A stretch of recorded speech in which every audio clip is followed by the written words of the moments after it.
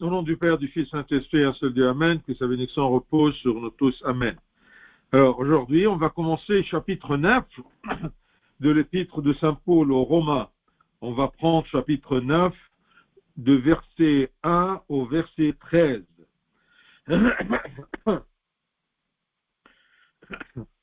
Je dis la vérité en Christ, je ne mens point, ma conscience m'en rend témoignage par le Saint-Esprit. J'éprouve une grande tristesse et j'ai dans le cœur un chagrin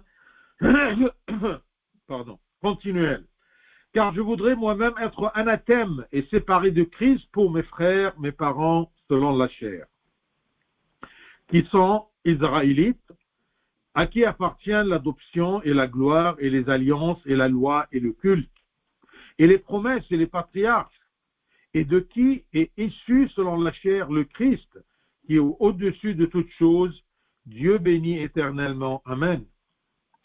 Ce n'est point à dire que la parole de Dieu sont restées sans effet, car tous ceux qui descendent d'Israël ne sont pas Israël.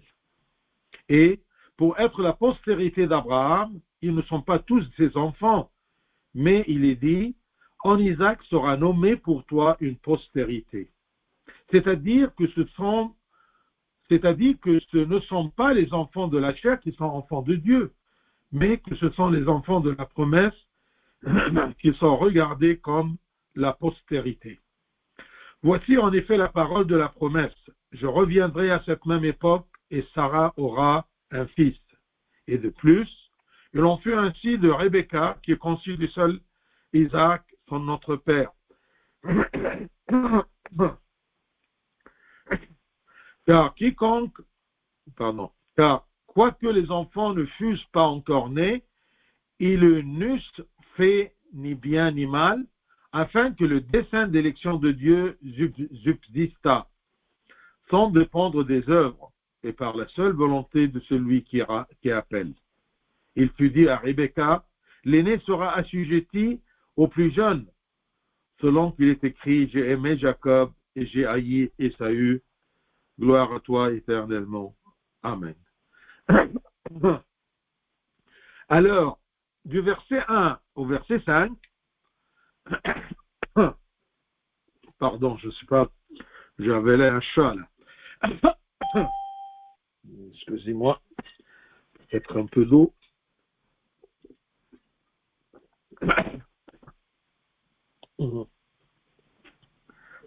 Désolé. Alors, de verset 1 au verset 5,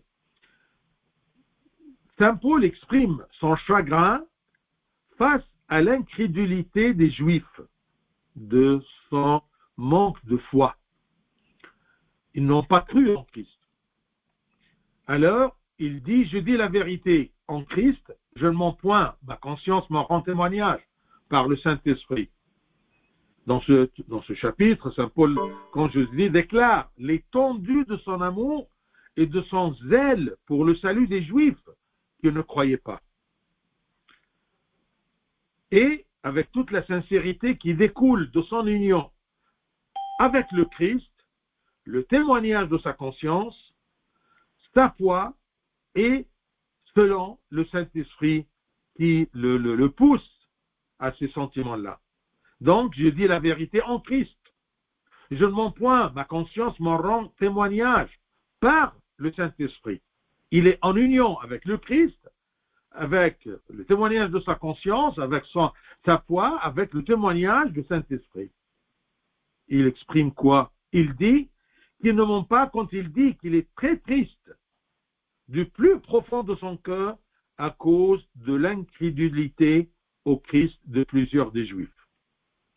Je veux que vous mettiez dans votre pensée que quand on parle comme ça à propos des Juifs, c'est exactement comme on dit aujourd'hui que pas tous les chrétiens qui sont baptisés sont des vrais chrétiens. Ils sont des chrétiens, mais ils ne pratiquent pas, ils ne croient pas, ils ne cherchent pas leur salut, comme exactement le temps de Saint Paul où beaucoup de Juifs ne croyaient pas et ne cherchaient pas leur salut ou de plaire à Dieu.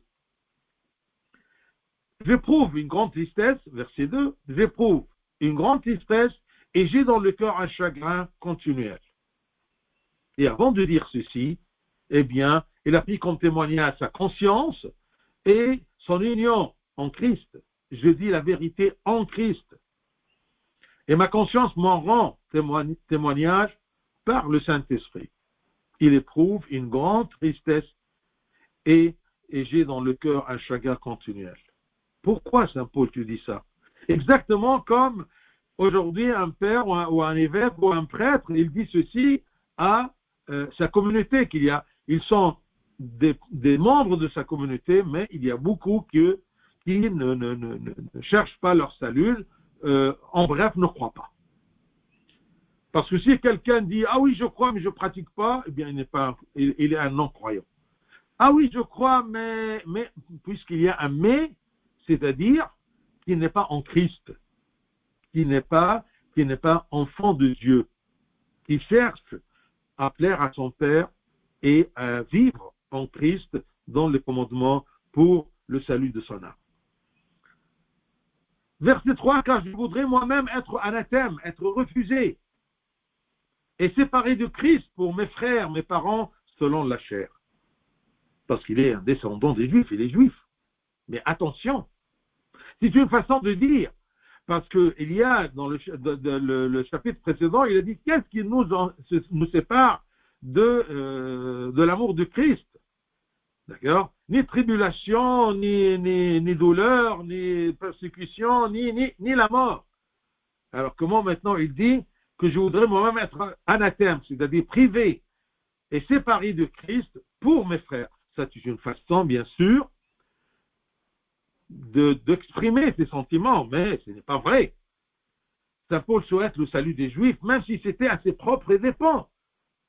Et tout comme Moïse l'a fait dans le passé, dans son intercession pour les enfants d'Israël, lorsqu'ils ont péché, il a dit en Exode 32, chapitre 32, verset 32, je cite, « Pardonne maintenant leurs péchés, sinon efface-moi de ton livre que tu as écrit. » C'est une façon de dire. Mais bien sûr, rien ne nous sépare du Christ. Et il a dit ça avant de dire « Je voudrais moi-même être séparé de Christ. » C'est une façon de dire que j'ai un profond amour à mes parents, à mes origines, à mes parents selon la chair, à mes frères, d'accord? Mais en vérité, rien ne m'éloigne ou me sépare du Christ.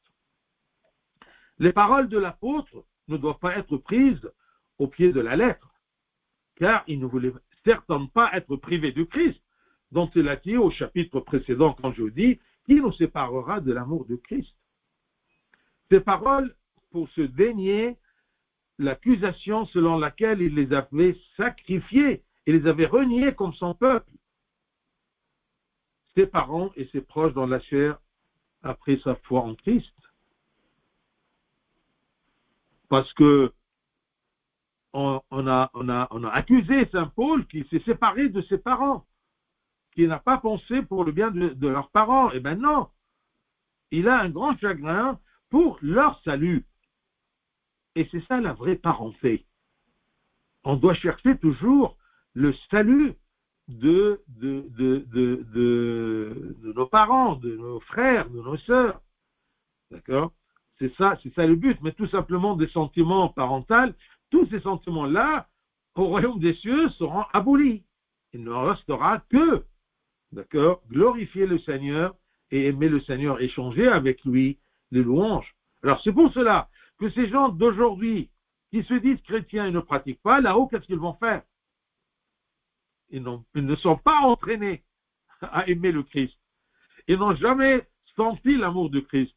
Ils n'ont jamais senti comment louer le Christ.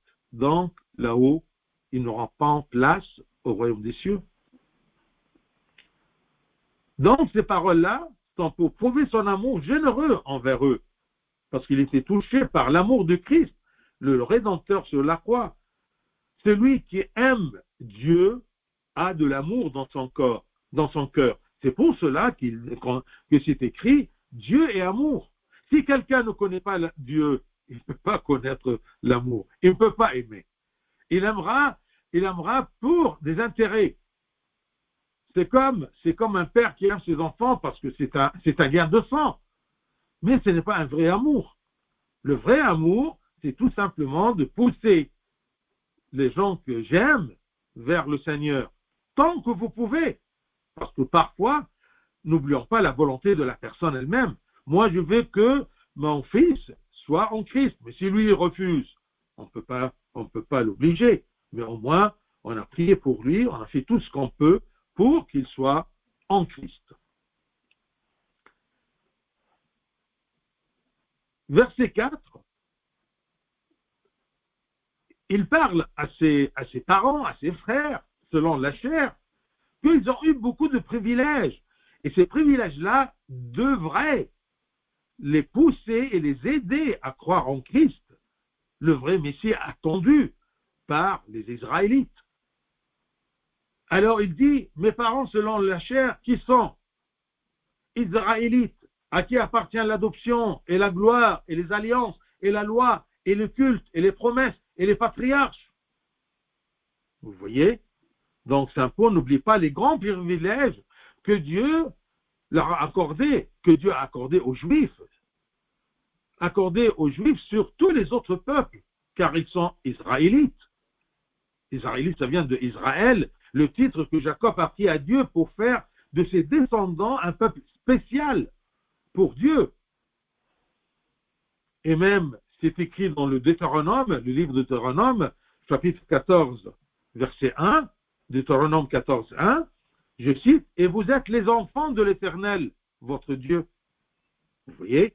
Alors c'est ça les Israélites, c'est ça ce privilège. Ils sont les enfants de l'Éternel, complètement et à les privilégiés d'autres peuples qui existaient, à qui appartiennent la gloire. Le seul peuple au monde qui a vu la gloire de Dieu sous la forme des colonnes de nuée et de feu dans le désert et dans l'attente d'alliance. À qui appartiennent les alliances? Combien d'alliances, d'amour Dieu a-t-il fait avec eux? Mais comme il est étrange qu'ils soient revenus sur leur alliance avec Dieu. À qui appartenaient les alliances? Dieu les a aimés, il les a privilégiés, il a fait plusieurs alliances avec eux. Mais vraiment, c'est étrange qu'ils soient, ces Juifs-là, revenus sur leur alliance avec Dieu, n'ont pas retenu cette alliance-là. À qui appartient la loi? La loi de Dieu était révélée à son peuple, aux Israélites. La loi qui a révélé la volonté de Dieu et a éduqué l'homme. Eh bien, c'était le peuple privilégié qu'ils ont reçu cette loi-là pour savoir la volonté de Dieu. À qui appartient le culte? Le culte qui leur a appris à comment adorer Dieu par la prière, les rituels et les sacrifices. Dieu n'a pas fait apprendre aux autres peuples ceci, mais parce que son peuple, les Israélites, d'accord, étaient privilégiés. À qui appartiennent les promesses? Elles sont liées, bien sûr, à la venue du Messie, le Sauveur du monde. Vous voyez tous les privilèges des Israélites, du peuple de Dieu, et malgré ça, eh bien, ils ont refusé de tenir la bonne relation avec leur Éternel, leur Dieu.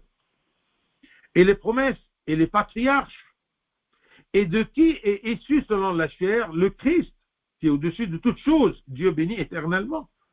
Les pères Abraham, Isaac, Jacob, les bien-aimés de Dieu, plus important que tous ces privilèges, c'était la venue du Seigneur Christ, ici de leur lignée, selon la chair, de la Vierge Marie. Mais il n'est pas un être humain ordinaire, mais un Dieu éternel. À lui soit toute la gloire, la bénédiction pour toujours. Il dit Amen. Donc, vous voyez le privilège de ce peuple d'Israël, les Israélites, ils ont porté le nom de leur patriarche, Jacob. Jacob, Israël.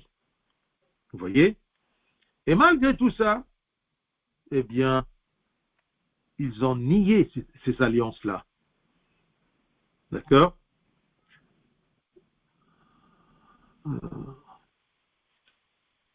Donc, si Dieu vous a donné des circonstances et des privilèges qui vous aident dans la vie spirituelle, profitez-en et jouissez de votre filiation avec Dieu, de peur que si vous les négligez, ceci vous condamnera au dernier jour. Moi, je reconnais toujours le privilège que je suis né chrétien d'une famille chrétienne. Dieu m'a évité toute une vie et toute une recherche pour le Christ. Je suis né chrétien. Et quand je suis devenu un adulte, eh bien, je suis déjà baptisé, j'ai appris déjà, d'accord, la religion, le catéchisme, je sais comment prier, j'étais diacre. Tout ça, ce sont des privilèges. Et chacun de nous, Dieu, que ce soit à travers ses parents, à travers ses amis, à travers ses frères, à travers votre grand-père, vous avez appris quelque chose. Dieu vous a donné des privilèges. Alors, profitez-en pour rentrer dans la profondeur. Non pas chrétien par nomination. D'accord? Non, je suis chrétien par pratique, par foi, par l'œuvre de l'Esprit Saint en moi. Ensuite, du verset 6 jusqu'à 13, de 1 à 5, c'est sa tristesse pour ses parents selon la chair, et il cite, en passant les avantages de ce peuple d'Israël, et ensuite, du verset 6 au 13, eh bien, il parle à propos de la promesse de Dieu aux élus seulement. Et puisqu'on parle à propos des élus, comme on a dit précédemment, on doit avoir dans la tête toujours un terme très important, une vérité très importante, c'est la préscience de Dieu. Il connaît tout.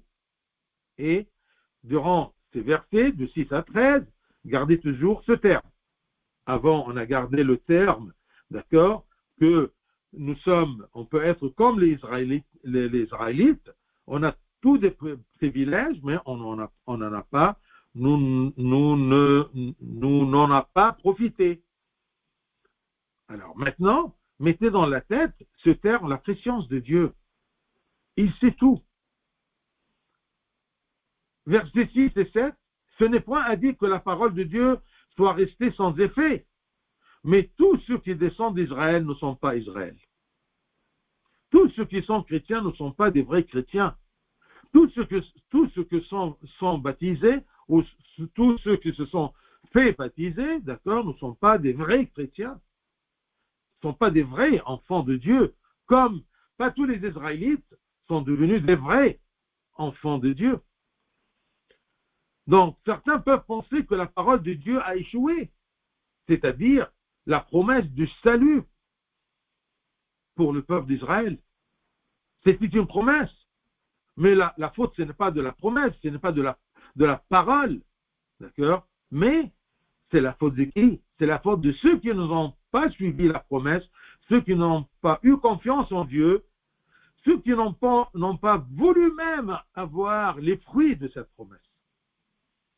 Paul a nié cela, bien sûr, que ce n'est pas la faute de la parole de Dieu, affirmant que la parole et les promesses de Dieu sont constantes et ne faillissent pas au fil du temps.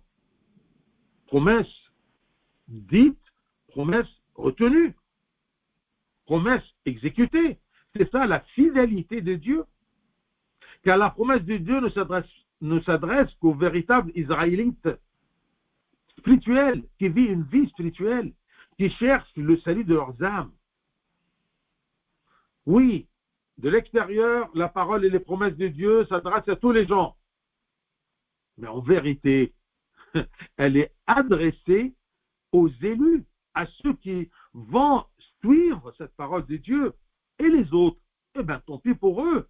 C'est par leur volonté qu'ils ont choisi de ne pas suivre le Christ, de ne pas suivre le berger. Donc, on peut dire que vraiment la promesse et la parole de Dieu s'adressent aux véritables enfants de Dieu, aux véritables Israélites spirituels, qui sera connecté au Messie promis, le Sauveur, qui est le but de tout l'Ancien Testament. Le but de l'Ancien Testament, ce n'est pas la loi, ce n'est pas les sacrifices, ce n'est pas d'avoir le titre d'enfant de Dieu au peuple de Dieu, non. Le but, c'est le Messie, le Sauveur. Tout l'Ancien Testament est une préparation à l'homme, en général, au peuple de Dieu spécialement, pour être prêt à recevoir le vrai Messie, le Sauveur. Donc, cette promesse de Dieu n'est pas adressée à tous les gens en vérité, mais aux élites, aux élus, aux gens qui vont la suivre.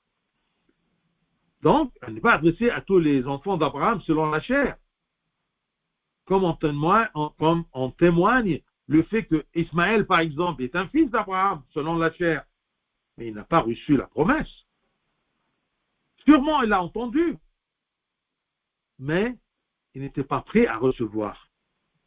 Et c'est pour cela qu'il est tombé, d'accord, de ce peuple d'Israël. Donc, au contraire, la promesse s'accomplit par Isaac, non pas par Ismaël, malgré que les deux sont les descendants selon la chair d'Abraham. La promesse s'accomplit par Isaac, qui maintiendra la foi inébranlable comme son père jusqu'à ce que le Christ vienne. Le Christ est le but de la promesse et la bénédiction à Abraham. Et pour être la postérité d'Abraham, ils ne sont pas tous ses enfants. Ses enfants, c'est les enfants qui ont suivi sa foi. Mais il est dit, en Isaac sera nommé pour toi une postérité. Ça, c'est après Isaac. Même après les frères d'Isaac et pas tous les descendants d'Abraham, d'accord, ont accompli cette promesse, ou ils ont profité de cette promesse, ou ils ont eu un rôle dans la postérité de Christ, le Sauveur. Donc, ils n'ont pas pu avoir part de cette bénédiction, d'accord, de la postérité d'Abraham, malgré qu'ils étaient la postérité d'Abraham selon la chair. Verset 8. C'est-à-dire, regardez, je vous rappelle toujours le vocabulaire, la façon de Saint Paul d'exprimer, c'est tout simplement de parler, ensuite, plus il répète, il explique en plus. C'est-à-dire, ici il va expliquer qu'est-ce que ça veut dire d'être la postérité d'Abraham selon la chair, mais en vérité, aux yeux de Dieu, ne sont pas la vraie postérité d'Abraham, bénie par Abraham, et qui vont suivre la promesse de Dieu à Abraham. C'est-à-dire que ce ne sont pas les enfants de la chair qui sont enfants de Dieu, mais que ce sont les enfants de la promesse qui sont regardés comme la postérité. La filiation est essentiellement la filiation de Dieu. Et la condition de la filiation de Dieu n'est pas la filiation d'Abraham selon la chair, mais plutôt la foi et l'adhésion aux promesses de Dieu, c'est-à-dire la foi en Christ. Parce que la promesse de Dieu, ce n'est pas tout simplement une bénédiction qu'il va donner à Abraham, mais la bénédiction d'avoir la foi dans le Sauveur, le Messie attendu. Et bien, ceux qui sont de la postérité d'Abraham selon la chair, qui n'ont pas tenu à cette promesse-là, qui n'ont pas cherché cette promesse, qui n'ont pas cru en le Messie, eh bien, ne sont pas considérés comme vraie postérité d'Abraham. C'est-à-dire que ce ne sont pas les enfants de la chair qui sont enfants de Dieu. Je peux dire ici, ce n'est pas les enfants du baptistère et du baptême qui sont enfants de Dieu, mais ce sont les enfants du baptistère, d'accord, qui ont suivi, par la foi, ont suivi le Christ et ils ont vécu en Christ. verset 9. Voici en effet la parole de la promesse. Je reviendrai à cette même époque et Sarah aura un fils. Lorsqu'il a promis à Sarah qu'elle aurait un fils dans sa vieillesse, Sarah est devenue un entrepôt pour l'établissement de la descendance de Dieu. De notre façon de dire, elle a participé dans la volonté de Dieu. Elle a eu une bénédiction de participer avec Dieu dans ses œuvres. Vous voyez, ça c'est les fruits de la foi en Christ, de la foi de quelque chose qu'on n'a pas encore vu avec les yeux, mais en quoi avec le cœur, le royaume des cieux. Puisqu'on va croire, on va agir selon la volonté de Dieu, on va participer à l'accomplissement des promesses de Dieu. Ça, c'est un grand privilège. Verset 10. Et de plus, ils ont fait ainsi de Rebecca. Saint Paul ici, le bon juif qui est connaisseur des Écritures, il était de nationalité romaine, mais il est d'origine juive, et il était enseigné, il était formé sur les mains des grands rabbins. Et de plus, ils ont fait ainsi de Rebecca, qui est conçue d'un seul père, Isaac, du seul Isaac, notre père. Et de plus, ils ont fait ainsi de Rebecca, qui est conçue du seul Isaac, notre père. Ici, Dieu n'a pas choisi, excusez-moi, il a donné l'exemple de Sarah, et de plus, il va donner aussi de Rebecca, qui s'est mariée avec Isaac, et elle a eu, d'accord, 2 enfants. Donc, ces 2 enfants-là, dans le verset 11, car quoique les enfants ne fussent pas encore nés, et ils n'ont pas fait ni bien ni mal. Mais Dieu a choisi un, il a refusé l'autre, par sa préscience. C'est là que je veux bien que vous mettez que dans tout ce qui passe sur la terre est sous le microscope de la préscience de Dieu. Retenez bien ceci. Car quoique les enfants ne fussent pas encore nés et n'eussent fait ni bien ni mal, afin que le dessein d'élection de Dieu subsistât, parce que tu crois qu'il va choisir d'après leurs actes. Non, par sa préscience divine, parce qu'il est divin. C'est ça Dieu. Il a une préscience. Il peut savoir comment tu vas agir, même avant que tu agisses. Mais attention, ça n'empêche pas ton choix. Tu agis bien ou mal. Mais préscience. Avant que tu fais, il te connaît. Parce que c'est lui ton créateur. C'est impossible de concevoir ceci humainement, parce que nous, humainement, on ne peut pas avoir cette préscience. Mais c'est tout à fait normal pour Dieu. Il a sa préscience. Afin que le dessein d'élection de Dieu subsista sans dépendre des œuvres, et par la seule volonté de celui qui appelle. C'est Dieu qui appelle. Parfois, il appelle quelqu'un qui va suivre le bon chemin parce que c'est par la préscience de Dieu, et parfois, il appelle quelqu'un, d'accord, tout en sachant par sa préscience qu'il va se dévier, et pour un but, dans l'économie, dans le plan de Dieu, comme Saül. Vous voyez, Saul, il était bien choisi de Dieu, il a marché un bout avec Dieu, ensuite il a dévié, c'est pour cela qu'il lui a envoyé David, pour le remplacer. Donc, le dessein d'élection de Dieu subsista sans dépendre des œuvres, et par la seule volonté de celui qui appelle. Donc, ne sois pas surpris, mais pourquoi Dieu choisit ça et ne choisit pas ça? Pourquoi il a accepté ça et n'a pas accepté cela? Pourquoi il a permis ceci et n'a pas permis cela? Ça, c'est par la présence de Dieu. D'accord? Tu n'es pas un partenaire dans la pensée de Dieu. N'oublie pas que tu es poussière. Dieu t'a aimé, mais ça ne veut pas dire que tu es devenu un Dieu comme lui. Tu n'as pas la même nature que son Fils, Jésus-Christ. Tout ce qu'il a le Père a le Fils. Tout ce que le Père, la volonté du Père est la volonté du Fils. Mais tout ce que a le Père céleste, tu ne l'as pas, toi, Fils, par adoption. Que ça soit clair, la filiation du Christ au Père et la filiation de l'homme au Père. J'espère que c'est clair.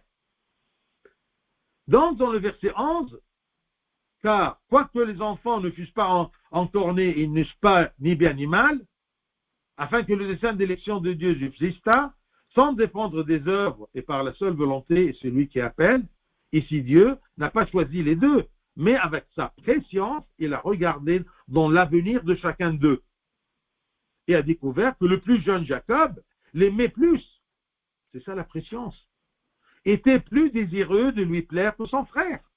Il a vu tout ça, Dieu, avant que ça existe. Alors Dieu l'a choisi, même si Jacob, ses actes n'étaient pas parfaits. Il a choisi Jacob.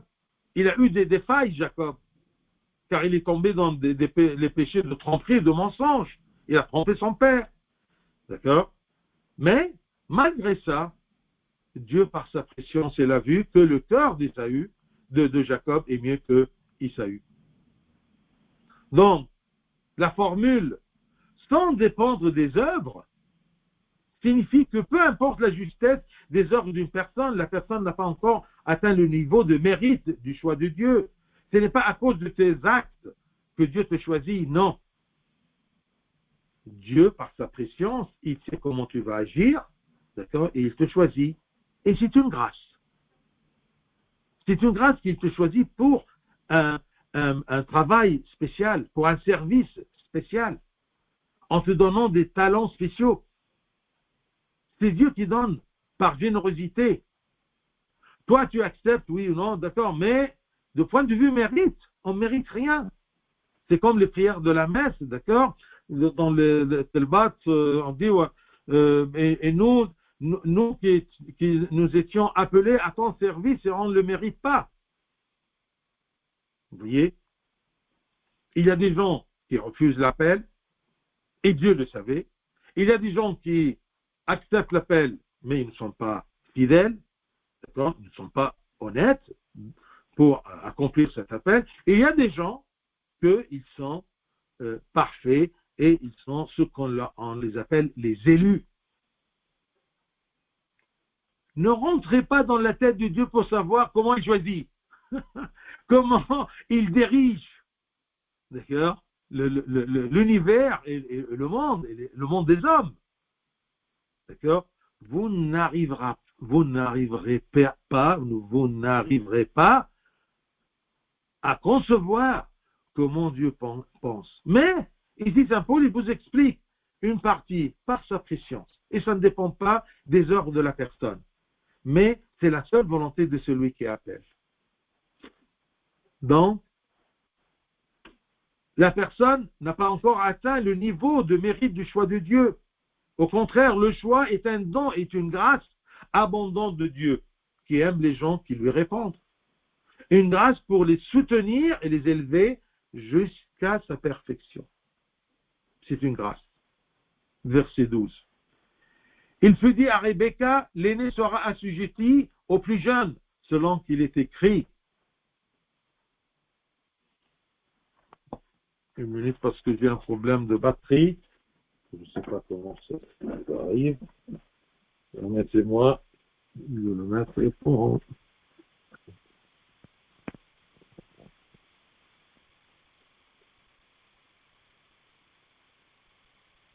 Donc, le choix de Dieu, mets ça dans ta tête. Sois humble et accepte que tu es une créature et Dieu c'est le créateur. Le choix est un don, est une grâce abondante de Dieu. Et Dieu aime les gens qui répondent à son appel, honnêtement. Mais Dieu, quand il choisit, c'est une grâce. ne te dit jamais que, ah oui, parce que je le mérite, Dieu m'a choisi. Non. S'il te donne une grâce avec laquelle tu peux accepter son choix, c'est toujours une grâce. Tout ce qui est bien vient de Dieu. Ça ne vient pas de toi. Tout ce qui est bien vient de Dieu et c'est toi qui l'acceptes ou tu le refuses. Donc, il nous donne une grâce pour nous soutenir et pour nous élever jusqu'à la perfection. Et la perfection, bien sûr, humaine, elle n'est pas absolue comme celle de Dieu, mais elle est relative. Verset 12, il fut dit à Rebecca, l'aîné sera assujetti au plus jeune, selon qu'il est écrit, j'ai aimé Jacob et j'ai haï Ésaü. Bien qu'Ésaü fût l'aîné, Dieu choisit Jacob pour être le maître d'Ésaü. Et bien sûr, ça ce n'est pas la règle, mais parce que Dieu, par sa préscience et par sa volonté, d'accord, il a choisi ceci. Il a dit à Rebecca que l'aîné sera assujetti, sera servant, sera esclave au plus jeune, selon qu'il est écrit.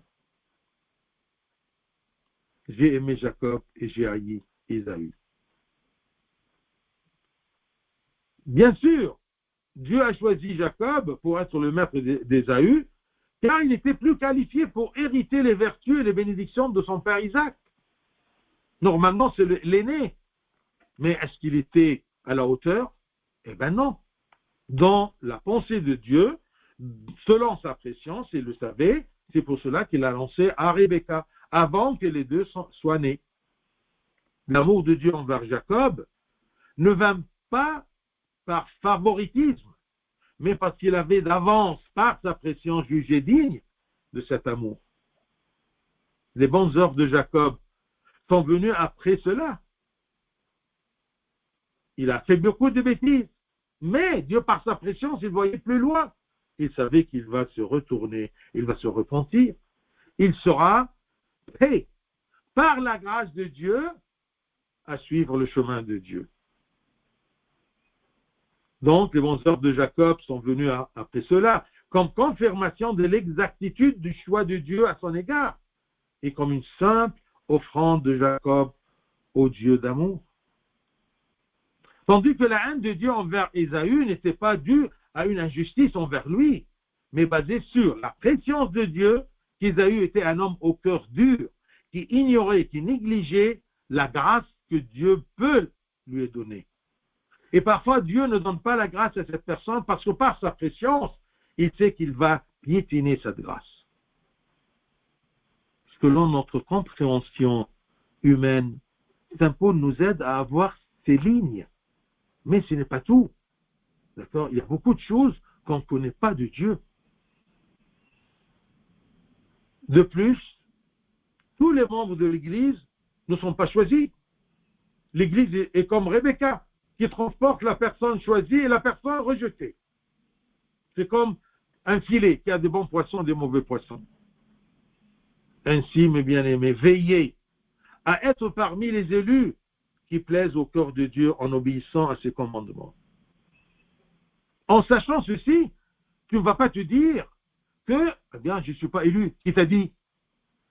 Et ça aussi, c'est l'intelligence et l'économie de Dieu. Il ne révèle pas à chacun, d'accord, est-ce qu'il est élu ou pas? D'accord? Parce que aussi, il donne, vous voyez, ce sont plusieurs éléments ensemble. Il donne aussi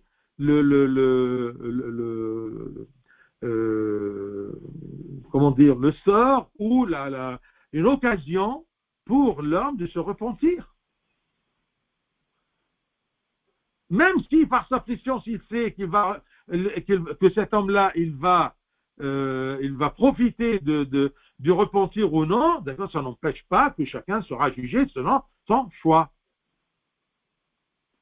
Peut-être c'est compliqué parce que Dieu c'est Dieu. D'accord? On essaye de simplifier ce qui est compliqué. On essaye de humaniser ce qui est divin, ce qui est trop difficile. Donc, prenez des thèmes, d'accord, des éléments de la divinité. Mais vous ne pouvez pas avoir tous les éléments. C'est pour cela que toujours il y a quelque chose qui dépasse ma logique. Préscience de Dieu, justice de Dieu, amour de Dieu. Tout ce qui se passe, tout ce qui se déroule autour de nous, rentre dans ces dieux, grands éléments, grandes vérités divines. La préscience de Dieu, d'accord, la sagesse de Dieu, l'amour de Dieu. Veillez bien d'être parmi les élus qui plaisent au cœur de Dieu et ne vous tracassez pas toujours comment Dieu pense, comment Dieu choisit. Ça ne va pas t'intéresser pour le salut de ton âme. Essaye toujours, au commencement de cette année 2025, de chercher toujours le salut de ton âme. Et ne te préoccupe pas, d'accord, de la pensée ou de l'économie de Dieu. Sache tout simplement que Dieu t'aime, il veut ton salut, il t'a préparé un héritage céleste pour que tu en profites. Que le Seigneur nous protège, nous donne la grâce de le suivre et d'y croire, ou de croire dans toutes ses promesses. Gloire à lui éternellement. Amen.